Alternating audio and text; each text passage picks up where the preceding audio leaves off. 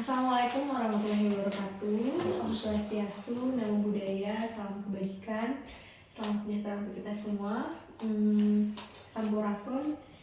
Selamat sore Sobat Damai. Sore hari ini seperti biasa kita akan talk show Halaqah Damai ke 122, talk show Religious Studies dengan tema tulisan keberagaman dan identitas, pencarian titik temu. Gitu ya. Terus juga kita ditemani narasumber kita sore hari ini, Kak Muhammad Mazainda Albiruni SSM HUM atau Kak Zain ya. Salam kenal Kak. Kenal. Zain dari komunitas Celah Langit, dan juga ditemani oleh saya Mifa Jria dan juga Kang Lutfi Aulia Pribadi dari komunitas mana? dari Halaqah Damai. Gitu. Oke, sebelum mulai izinkan aku untuk nyebutin dulu kemitraannya Halaqah Damai, yaitu Program Integritas Terbuka RSCG Indonesia, Fakultas Filsafat Universitas Katolik Parahyangan, Prodi Studi Agama-Agama S2 dan S3 UIN Sunan Gunung Jati Bandung, lalu CPCRS Fakultas Filsafat Unpad. Sobat Damai, dukung kami juga di Instagram @halaqah_damai dan juga di YouTube Halaqah Damai, di email kita integritas.terbuka@gmail.com. Gitu. Ada juga jurnalnya nih, Kampi, Jurnal Integritas Terbuka. Oke. Nggak ada jurnal ilmiahnya gitu ya? Iya dong. Lengkap ya. Lengkap sekali. Oke, tanpa berlama lagi kali ya. Sebelum kita mulai, kita kenalan dulu nih sama narasumber kita. Soalnya wajah baru di Halaqah Damai. baru lihat wajah-wajah kayak gini gitu ya. Baru lihat. Gitu. Gimana? Oke, mungkin dari saya berarti ya. Boleh, kenalan dulu ya. Oke teman-teman, Sobat Damai dimanapun teman-teman berada, hari ini kita akan talk show sebetulnya ya. Konsepnya kita seperti biasa aja, santai ngobrol, kita ngomongin kita apa gitu ya. Cuman sekarang kita perkenalan dulu lah. Iya. Perkenalan dulu. Sebelum ngobrol lebih jauh. Jauh, maka tak kenal maka tak tanya, gitu ya. Tak kenal maka tak tanya gitu. Iya. Jadi tolong narasumber kita hari ini serius. Serius sih. Iya sih. Obrolan kita akan sangat santai sebetulnya, tapi ya serius juga gitu. Nah, sekarang kita akan tanya dulu siapa, kesibukannya apa, makanan favorit batu dulu, makanan favorit batu dulu itu masih ya. Soalnya udah dipesenin makanan gitu ya. Terus dari mana ya itu pasti penting. Terus mau ngebahas apa? Siap. Nah, hari ini kita. Mangga waktu sareng tempat disangakeun. Ya, selamat sore teman-teman dan juga kawan-kawan yang menonton gitu. Salam kenal, nama saya Muhammad Mazainda Albiruni. Saya dulu sekolah di Universitas Pendidikan Indonesia, lalu di Unpad dan sekarang di UPI lagi ya. Oh, S1-nya di UPI. Ya, hampir setengah umur. S1 Oh, iya. S2 di Dari TK, dari TK, SD, SMP di UPI, SMP. Jadi SD tidak lab school ya, SD-nya lab school, SMP-nya. Iya. lab school. Terus SMP lab school, SMA Lembang, salah satu. Terus kenapa ke Unpad? Ke Unpad mencari Ini suasana baru lah ya. Ya, suasana baru. Berarti dari TK, SD, SMP, SMA, UPI. Nah, SMA di Lembang. oh di Lembang. Ya, sama satu Lembang. Terus sama aja di daerah Lembang juga. kuliah Kuliah di S1. S1 di UPI, S2 di Unpad, S3 UPI lagi. Sama S3 oke. Umur masih ya muda lah ya, 25. 25 per dokter bayangin. 25, tahun depan 26 berarti. Terus nyampe ya. Tinggal Serius lo di mana? Iya, Serius, 25. beliau masih muda. Masih muda terus. Walaupun kelihatannya 37 gitu loh. Enggak, maksudnya hebat banget udah S3. Dulu modelnya saya. Oh. Kalau itu Dirasa Saya 22 udah bingung sebenarnya. Oke, lanjut ke. Ya, dan aktif di komunitas CCL dan juga tinggal di komunitas CCL kebetulan gitu teman-teman di Jalan Setiabudi. Kalau teman-teman mau datang ke komunitas kami, bakal kita sambut gitu kan, kita sambut. Siapa tahu. CCL tuh. Nah, sebentar. Nah, CCL itu apa sih? Nah, untuk CCL itu teman-teman itu komunitas kesenian, terutama bidang budaya sebenarnya. Singkatan gitu ya CCL itu. Iya, komunitas Celasa Langit. Dan Hmm. juga kita aktif di aktivitas budaya gitu teman-teman. Iya. Jadi memang semua hal di situ kita bahas soal budaya terutama kesenian ya, dan banyak orang-orang yang bergabung tuh dari berbagai kalau ngomongin identitas ya dari berbagai identitas. Tidak hanya orang Sunda atau orang Bandung, tapi juga ada orang Sumatera, orang Bali, gitu, ada orang Jawa. Di sana tuh ngapain gitu orang Sumatera? Berkesenian semua dan semua belajar. Khususnya di bidang apa kan? Seninya apakah seni musik? Seni Rupa? teater. Oh, teater. Ya. Oh, Jadi fokus keren di ya. teater ya di CCL itu, dan kita ya nyantai ya sebenarnya, nyantri namanya juga, nyantri gaya seni lah. Oke. Seni nyantri gitu ya. Keren, keren. Nyantri gitu. Nah, jadi teman-teman sobat damai, kalau seandainya ada yang mau ikut gabung gimana kan? Kalau mau ikut gabung ya datang aja lah. Gak ada rekrutmen gitu? Nggak ada. Kalau di CCL itu nggak ada sistem rekrutmen, organisasi apa, nggak ada harus daftar bayar atau nggak ada, atau uang kas gitu nggak ada. Boleh di-spill deh, punya media sosial kan ya? Boleh di-spill dong, media sosial. Instagramnya @komunitas_CCL, nanti teman-teman bisa lihat yang ada logo warna hijau, diklik aja, nanti bisa lihat di sana profil kami. Oke, teman-teman di-spill aja di sini ditampilin nah. Oke, Kang Majen, selama Kang Majen, saya biasanya bilangnya Majen ya, karena teman dekat juga. Tapi jurusan. Satu jurusannya Beda. jurusan. Medang saya sama Jurusan Edang sih ya. Jurusan Edang. Jurusan Edang. Sekarang kesibukannya apa Kang? Kesibukan sekarang ngajar mahasiswa S1 di UPI sebagai dosen praktisi. Oh, Kebetulan lagi aktif juga di beberapa hal politik. Oh ya, politik Gitu, seperti dan- apa? Ya kan? Ya gitulah ada ya. Dan sekarang juga sedang aktif di pengurus ya kesenian di komunitas CCL gitu, terutama bagaimana ini hubungannya juga dengan tema pembahasan kita ya hari ini. Bagaimana kemudian orang-orang yang datang ke komunitas CCL itu bisa berpartisipasi dan saling belajar satu sama lain. Keren, keren. Jadi selain ngajar, aktif di perpolitikan juga, di konsep, terus pengelola komunitas juga mungkin ya. Ya, kebetulan saya mewakili ketua kan gitu. Jadi Oh, wakil ketua. Heeh. Woi, wakil ketua. jadi Hati. kalau nggak ada ketuanya ya saya gitu ya. Gitu ya. Oh iya. Tapi kebanyakannya kayaknya nggak ada ketuanya. Oke, Kang, hari ini kita akan ngobrol apa nih?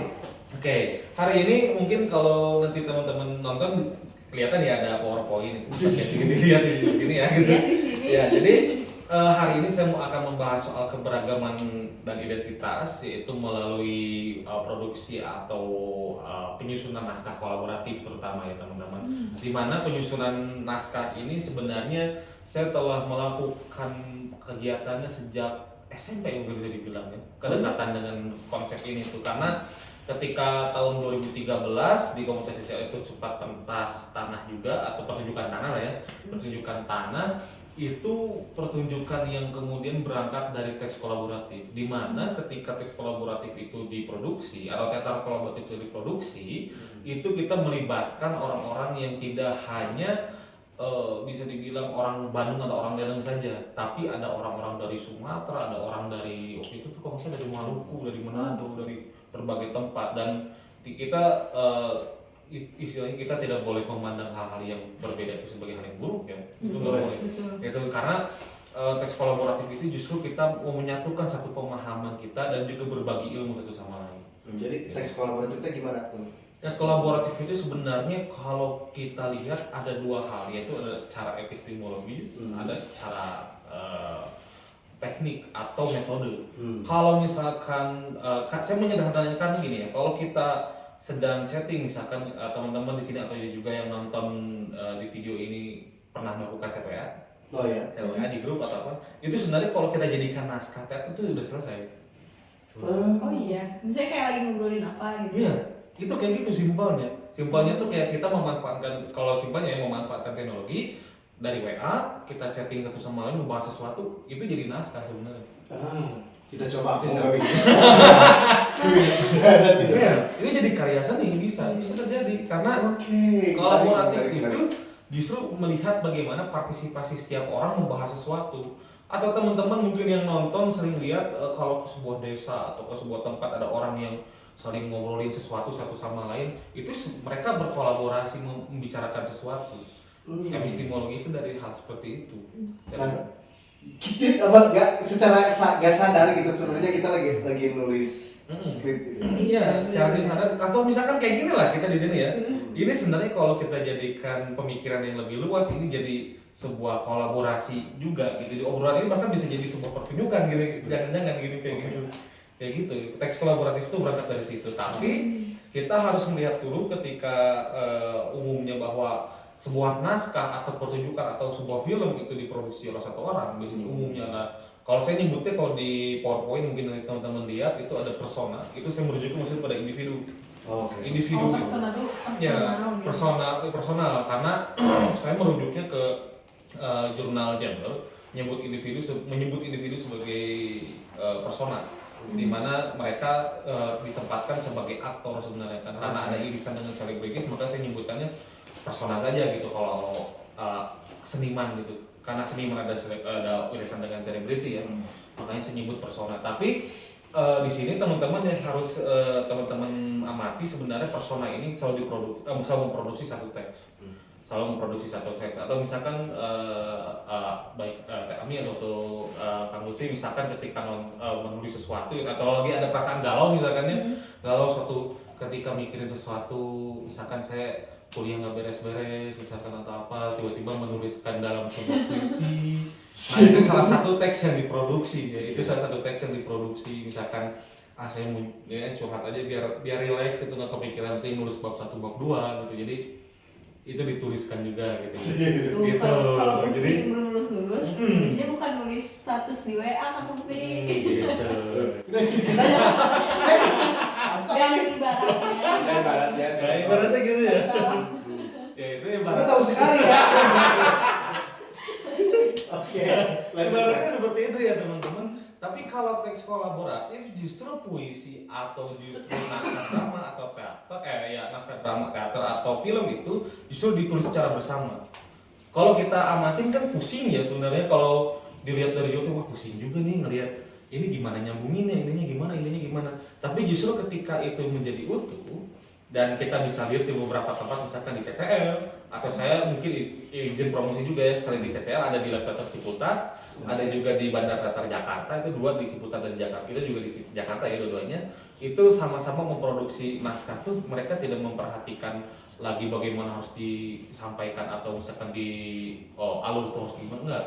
Mereka ngeliat aja pesannya apa sih yang harus disampaikan. Oke, menarik. Pesannya, intinya adalah pesannya. Jadi setiap persona, misalkan saya dari Bandung, misalkan saya mau ingin menuliskan A, Kang Lutfi di sini misalkan datang dari Bandung Selatan atau Aceh, misalkan dari Aceh, ingin menuliskan soal A juga, datang kita menulis bersama. Atau misalkan di CCL kan ada Samuel misalkan ya, menuliskan bersama gitu dari pandangannya yang berbeda dengan kita juga, tapi dia juga ditujukannya sebenarnya ke A, jadi nulis bersama semua.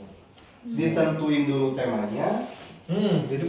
Jadi kita menentukan dulu temanya, tentunya menentukan dulu tema. Jadi teks kolaboratif itu dibangun oleh masalah yang besar, sebuah masalah yang besar.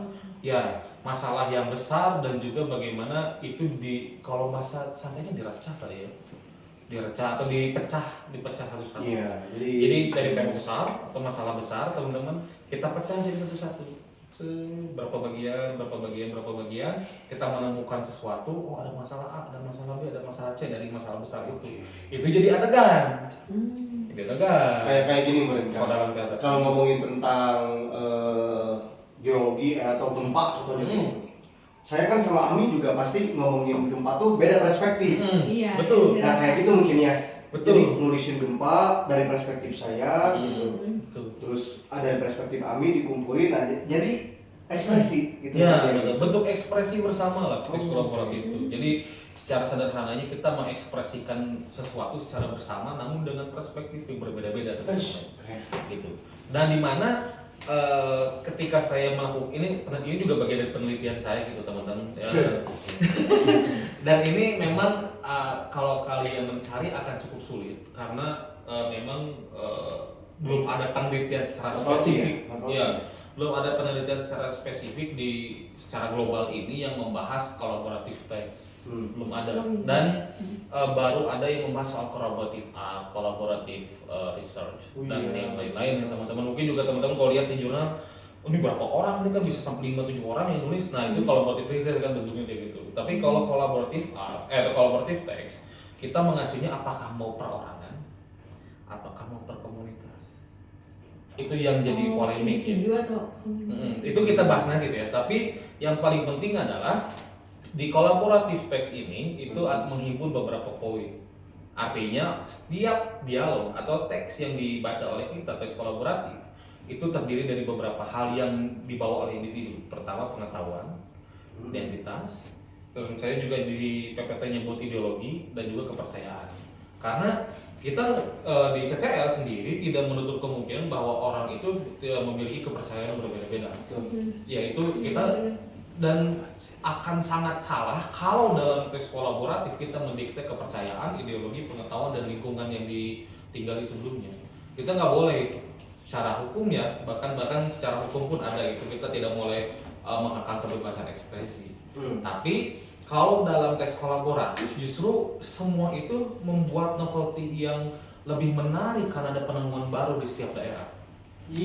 Nah ini yang menarik. Nah, kalau dulu saya pernah berdiskusi dengan salah seorang dosen dari Jawa Tengah atau dari Solo, itu beliau mengatakan bahwa sebenarnya teks kolaboratif itu kalau diangkat lebih jauh, teman-teman bisa lihat yang ada lingkaran di PPT selanjutnya, itu ada bagian di mana saya menyebutkan teks kolaboratif itu diibaratkan sebuah kota. Kota? Ya, sebuah kota. Kita ingin mengatakan bahwa itu mungkin bisa juga kita menyebutkan itu kebijakan lah ya teman-teman. Nah, saya ambilnya di situ ada yang di paling bawah kalian bisa lihat ada Anthony Giddens yang menulisnya. Di mana kita mengibaratkan komunitas atau teks itu sebagai sebuah kota, dan kota itu kemudian kita himpun dari orang-orang yang di dalam kota itu ada siapa aja, misalkan ada Kang Lutfi. Ada Kang Lutfi di dalam teks itu, di dalam kota itu ada Kang Lutfi. Kang Lutfi, saya mau nanya nih, kira-kira nemu apa aja nih misalkan di daerah Bandung Selatan gitu. Oh, di Bandung Selatan mah kalau soal lingkungan mah dia ada soal A, B, C, D. Kayak ditulis dicatat, dan Kang Lutfi juga nulis nyatat. Terus kami misalkan di daerah mana namanya? Di Cibiru misalkan di daerah Timur ada apa? Ada A, B, C, D. Oke, soal lingkungan ada A, B, C.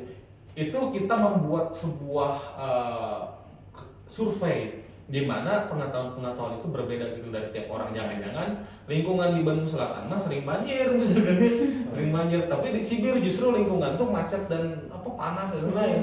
Terus di Bandung Utara lembab gitu kan karena leuweung gitu ya, lembab teuing gitu, panas malah jadinya. Nah, jangan-jangan masalah lingkungan kita teh justru jatuhnya ke polusi atau ada hal lain, atau jangan-jangan masalah lingkungan hidup itu dipengaruhi oleh manusia. Jadi semuanya gitu ya? kita menghibur manusia nih yang jadi masalah terhadap lingkungan tuh. Kita tuliskan bersama. Panjang juga prosesnya. Ya, itu kalau dari Anthony Giddens yang merupakan seorang politikus Amerika juga mengatakan bahwa kebijakan-kebijakan itu dihimpun dan kita mengumpulkan satu sama lain kebijakan itu. Ini kan teori kata kota ya teman-teman. Saya berupaya menyederhanakan biar teman-teman paham aja gitu. Tapi yang paling penting adalah bahwa sebenarnya dasar masalahnya selain dari yang tadi saya bilang dari dasar kausalitas itu, di masalah lainnya sebenarnya teks kolaboratif itu dia ada masalah hukum. Masalah hukum yang kemudian kalau misalkan Kang Lutfi bikin sebuah teks bersama, mungkin pernah atau nggak tahu ya, saya pernah Kang Lutfi ini apakah pernah membuat musik bersama atau enggak, pernah nggak bikin musik tiba-tiba diakuin sama orang lain. Iya. Nah, itu salah satu masalah kolaboratif seperti itu. Kita nggak bisa kan ini menyebutkan bahwa kalau udah ada misalkan namanya teh siapa gitu A, B, C, saya mau nyantumin nama atau saya kan ikutan atau Kang Lutfi kan ikutan, nggak bisa kan udah ada A, B, C itu yang jadi yang punya hak milik. Nah, kalau teks kolaboratif itu berusaha menengahi itu.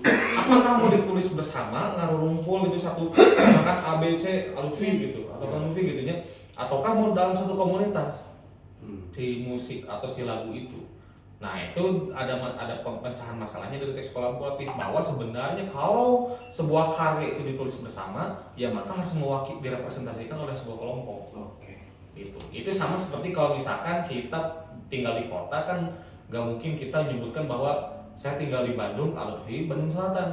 Ya Bandung Selatan kan nggak boleh, gitu ya. Nggak boleh. Bandung gitu, Bandung Raya gitu nggak bisa.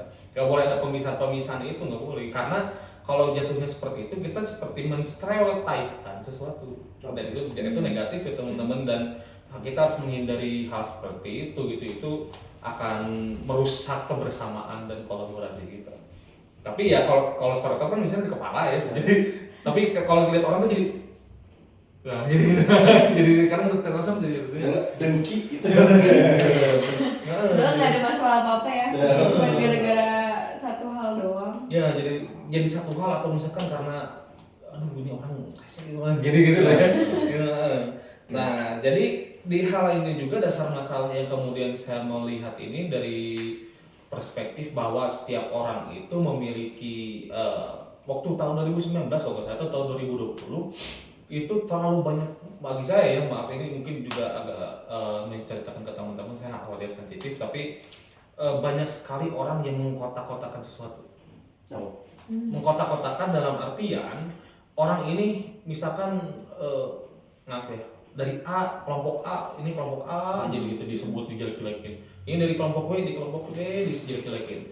Nah, teks kolaboratif berupaya untuk menyatukan perbedaan itu. Ya kalau dari A ya nggak masalah dari A. Kalau dari B ya nggak masalah dari B. Kan kita dari satu negara yang sama. Kita dari satu kota yang sama, nggak bisa kayak gitu. Maka kalau ingin menyatukan seperti itu, refleksinya, solusinya adalah pembuatan teks kolaboratif itu kita buat aja karya seni bersama ayo gitu. Daripada ngata-ngatain satu sama lain ngapain. Kan gitu ya maksudnya itu ya. Betul. Dan yang lainnya adalah di sini kita tujuannya adalah pembentukan ideologi.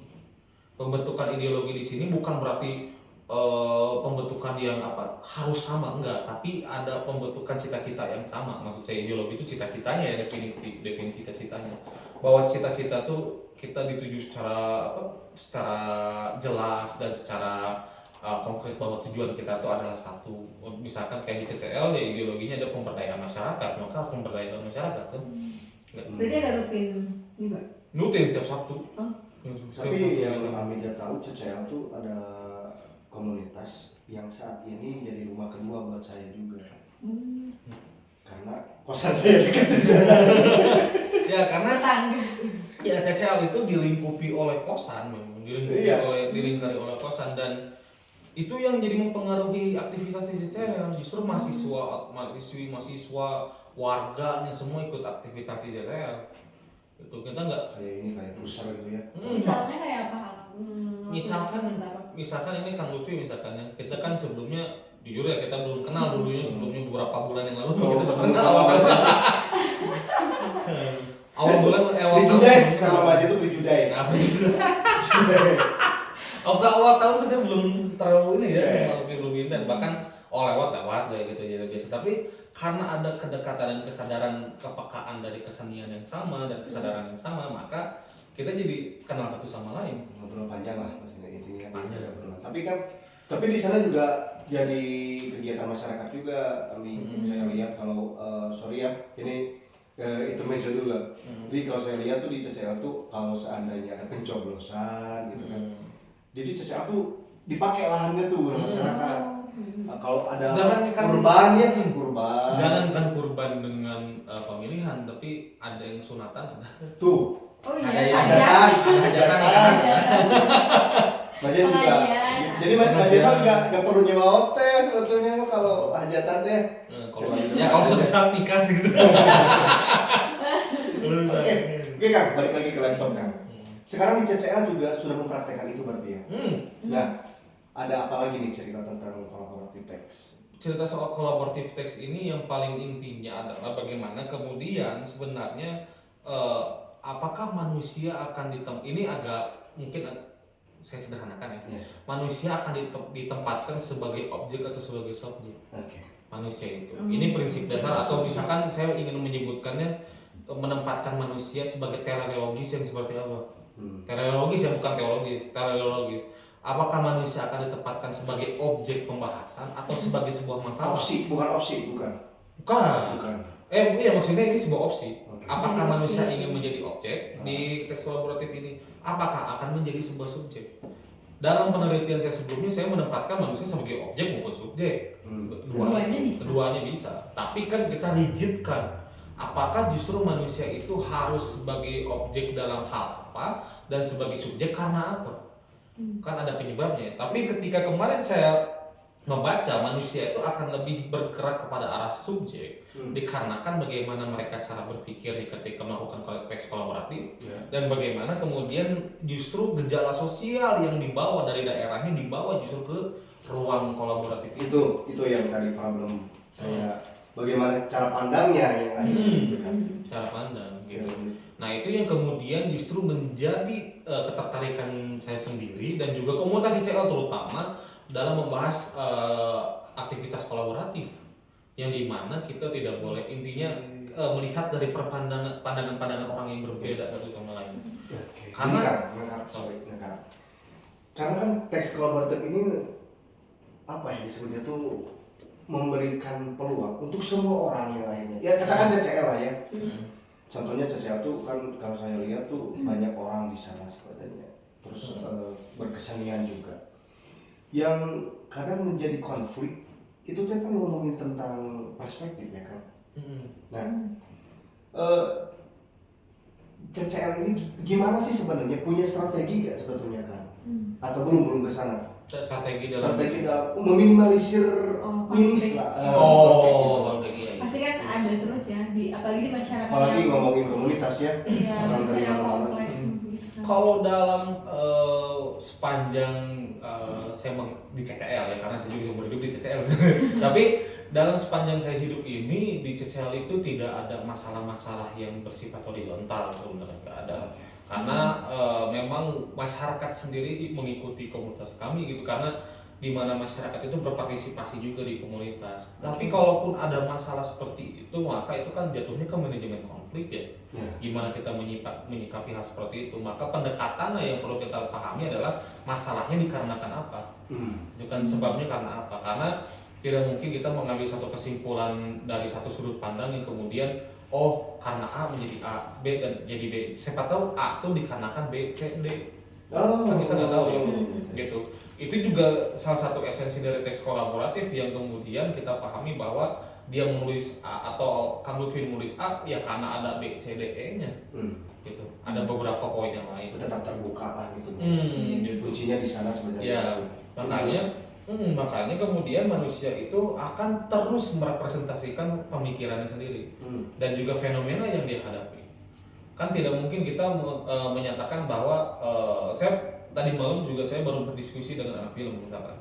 Karena ketika saya membahas sebuah film, saya mengatakan film seseorang yang saya bahas ini, dia mengatakan bahwa orang-orang miskin tuh, maaf ya ini agak kasar, mungkin bisa disebut kurang pintar atau bodoh gitu. Terus juga orang-orang yang percaya tahayul dan terlalu mengandalkan kepercayaannya dari film itu. Tapi justru saya melihatnya orang itu mengatakan 3 poin itu dikarenakan dia tidak mengalami kemiskinan. Ya kalau dia mengalami kemiskinan, apakah dia berani mengatakan dirinya sendiri seperti itu? Kan nggak boleh ya. Ya kalau misalkan seperti itu, artinya dia mengobjektifikasi bahwa orang-orang miskin atau orang yang kurang mampu itu seperti itu. Padahal kan tidak semua seperti itu. Gitu. Tidak semua orang itu malas terus mengandalkan kepercayaan bahwa emang nggak kayak gitu. Tidak semua orang seperti itu. Bahkan ya itu yang makanya saya bilang manusia itu selalu merepresentasikan apa yang dia hadapi, apa yang dia ditinggali, apa yang dia pahami dari sebuah fenomena. Mengeneralisir itu pada akhirnya. Pada akhirnya tidak pada awalnya, karena dia dibangun dulu, dikonstruksi dulu oleh lingkungan yang ada dia tinggal gitu. Itu yang kemudian membahayakan dan itu yang kita meresistensikan gitu. Jangan sampai kita mengobjektifikasi sesuatu dalam lingkungan kolaboratif, itu berbahaya ya. Nah itu kemudian berhubungan dengan konsep manusia yang saya bahas dalam teks kolaboratif, bahwa mereka dari ras yang berbeda, dari suku yang berbeda, dari bahkan ya karena banyak orang yang tidak hanya datang dari Ledeng ya, dari Indonesia, tapi dari luar negeri, ada dari bangsa yang berbeda, dari orang India, Turkmenistan, terus Jepang, terus orang Italia, dan juga ya di CCL dan juga dari terakhir tuh dari Jerman dan Belanda. Maka saya akan menyebutkan dari bangsa yang berbeda juga, dan juga memiliki kepercayaan yang berbeda dan ideologi yang berbeda dan pengetahuan yang berbeda. Dan teks kolaboratif itu bertugas dan mengkonstruksi bahwa gimana caranya kita menyatukan satu pemikiran dari orang-orang dengan bangsa yang berbeda itu. Nah, aku penasaran. Nah, untuk menyatukan itu tuh cara komitnya seperti apa sih? Wah, ini dalam. Nah, Iya, kalau nggak dalam semudah itu mungkin ya. dibilang mudah enggak juga ya sebenarnya, tapi dari proses yang dilalui itu kita, kalau saya sendiri ngambilnya, mungkin teman-teman ada yang pernah baca juga di videonya atau di yang sedang nonton, saya mengambil konsep dari Todorov. Pertama itu Todorov itu mengatakan bahwa semua karya sastra atau semua teks itu pasti memiliki sequences. Sequences itu kita sebut sederhananya kalimat penting atau ide utama dari teks. Ya kalau kami misalkan atau Kak Lutfi membaca mengalami UN pernah. Iya benar. Kita pasti kita juga mengalami ya ketika kita mengerjakan suatu ide pokok kalimat ini adalah seperti itu. Jadi kita mengumpulkan ide pokok dari teman-teman yang datang di CCL itu, dari orang Italia, Tokyo itu, dari Jepang itu, terus dari India itu, mengumpulkan kalimat yang berbeda itu dalam membahas satu masalah yang tadi ya Musa. Jadi kamu yang dari India Rahul gimana ngebahas soal ini, terus si Luigi ini ngebahas soal masalah ini apa, terus saya ngebahas masalah ini apa, kita lihat berhubungan nggak? Gitu. Jangan-jangan kita cara menanggapinya berbeda. Ketika itu kita membuat teks kolaboratif atau naskah, maka kita bisa melihat kalau saya bertentangan dengan kamu gimana dalam teks itu, ya nggak masalah. Iya. Justru kita menjadi menarik karena kita ada diskusi dalam sebuah film. Jadi kaya acara pandangan itu. Pengetahuan. Tahu ya, jadi tembakan masing-masing. Kan kalau saya lihat tuh CCL juga memang seperti itu nih. Jadi bukannya sekedar orang Indonesia. Sebesar itu sebetulnya ya, CCL itu sebenarnya sebesar itu. Karena kalau saya dari tahun 80 ya CCL. 85. Oh iya. Jadi dari 85 itu sampai sekarang. Yuk, komunitas yang sustainable tuh berarti Iya, emang itu Karena gini. keren ya. Iya. nih pertanyaan tadi Ami, gimana sih cara komitnya gitu kan? Gimana sih secara ngebalut itunya? Iya. Karena yang bisa saya katakan bahwa sebenarnya kita tidak komit dalam tanda tertulis nggak gitu ya. Kan ada yang komitmen, kamu bikin komit Kayak tadi, kan nggak ada rekrutmen nggak ada ya, karena kita datang dan berkumpul atas satu cita-cita yang sama gitu. Bahkan dari orang seperti yang tadi saya bilang dari Jepang, Italia, India, mereka punya ideologi yang sama dengan kita. Cita-cita yang sama, yaitu apa? Memberdayakan masyarakat melalui kesenian. Gitu. Ingin memberdayakan masyarakat yang ada di Kedi Ledeng ya, karena maaf kalau saya bilangnya, kalau ada warga Ledeng yang menonton, kan saya bilangnya warga Ledeng tuh dulu bisa dibilang tanda kutip salah arah ya. Salah arah tuh ya maksudnya bingung lah apa? Oh ya. Gangster kayak gitu ya. Terus kurang juga ini ya, kurang rasa aman gitu ya terus dari situ. premanisme kencang. Ya kita lihat tuh sekarang Ledeng apakah seperti itu atau enggak? Kan gitu ya.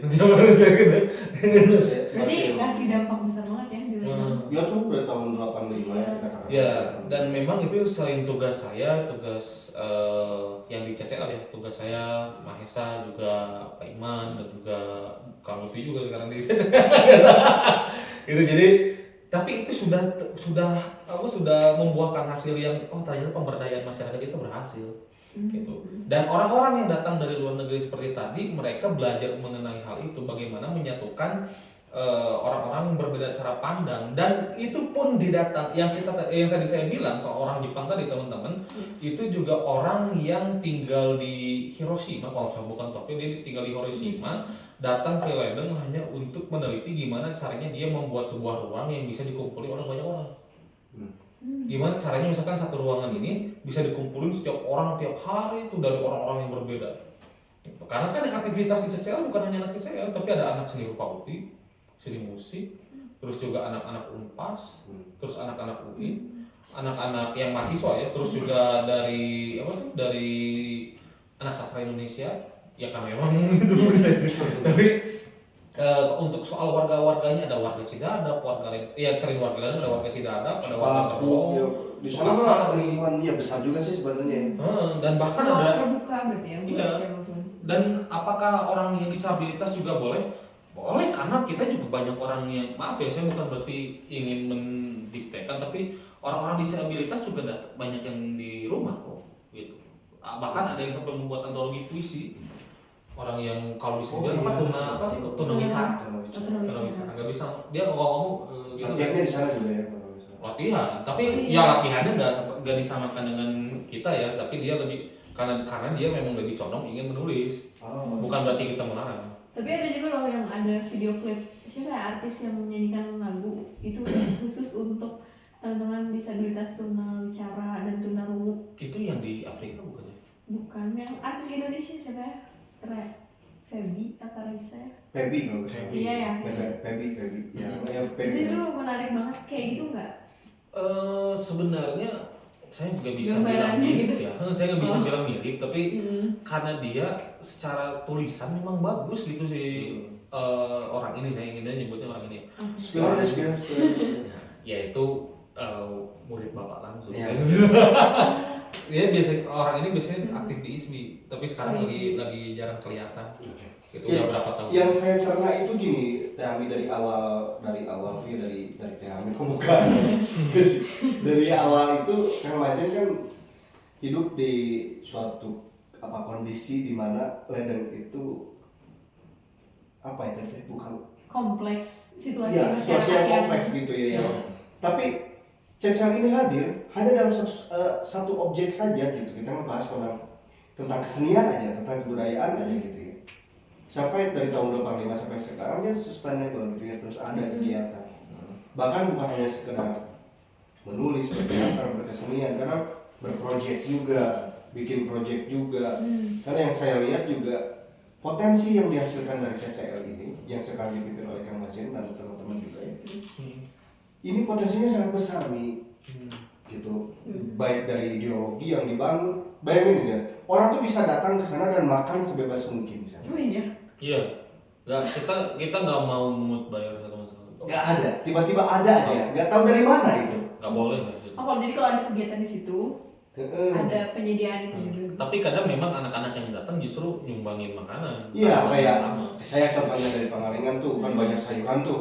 Saya bawa aja sayuran dari sana, simpan di sana, dikelola sama orang lain. Karena itu mah urusan, maaf ya saya kalau harus melibatkan keluarga itu urusan keluarga kami yang menyediakan makanan sebenarnya. Enggak, kalian nggak perlu. Iya, jadi didikannya seperti itu. Akhirnya sebenarnya gini, kayak dulu sempat saya tuh nggak terlalu akrab dengan CCL sebetulnya.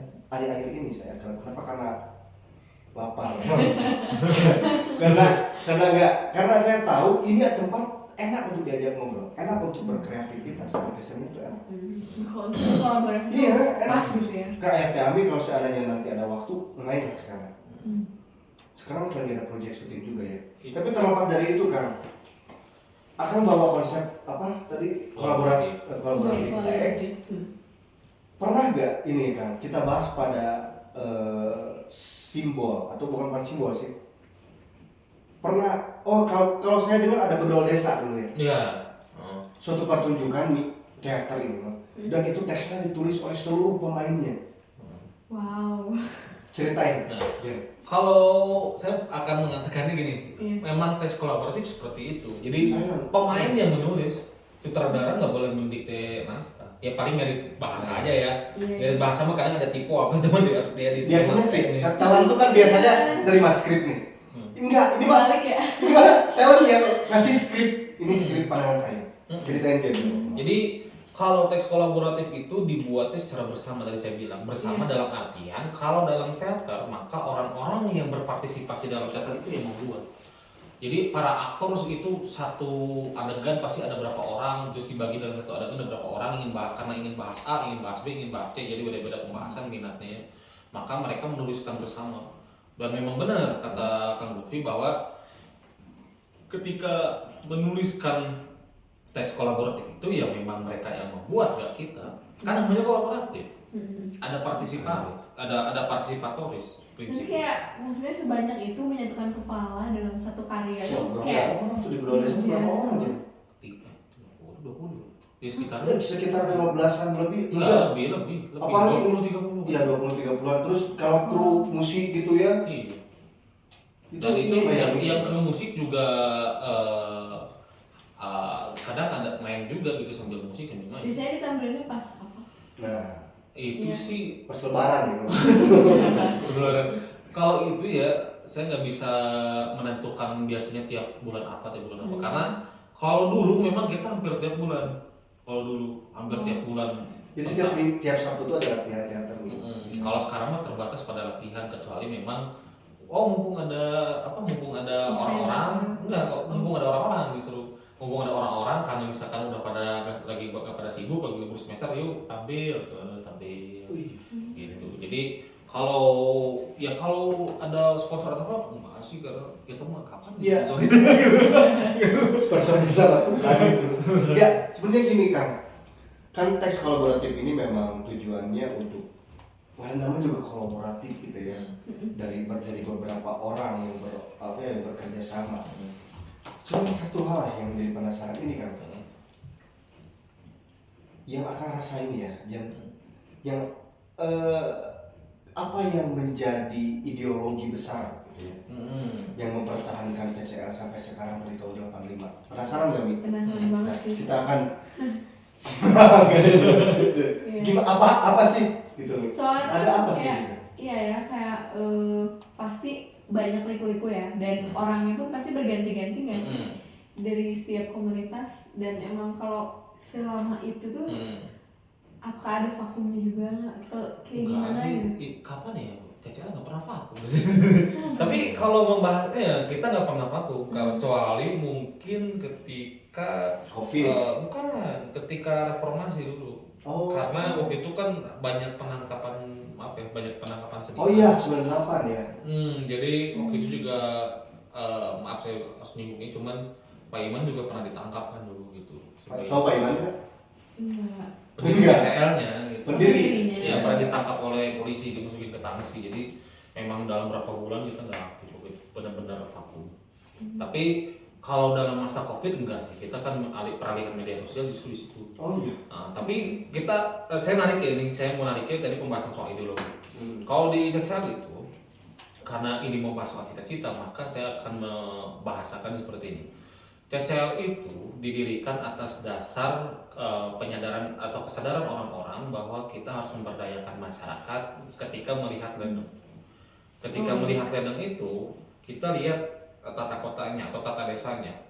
Bagus menarik karena ada pusat air dan lain, terus itu dari daerah urban karena jadi tempat pemberhentian bis kota dan angkot. Tapi masalah yang paling besar adalah karena masifnya urbanisme di situ.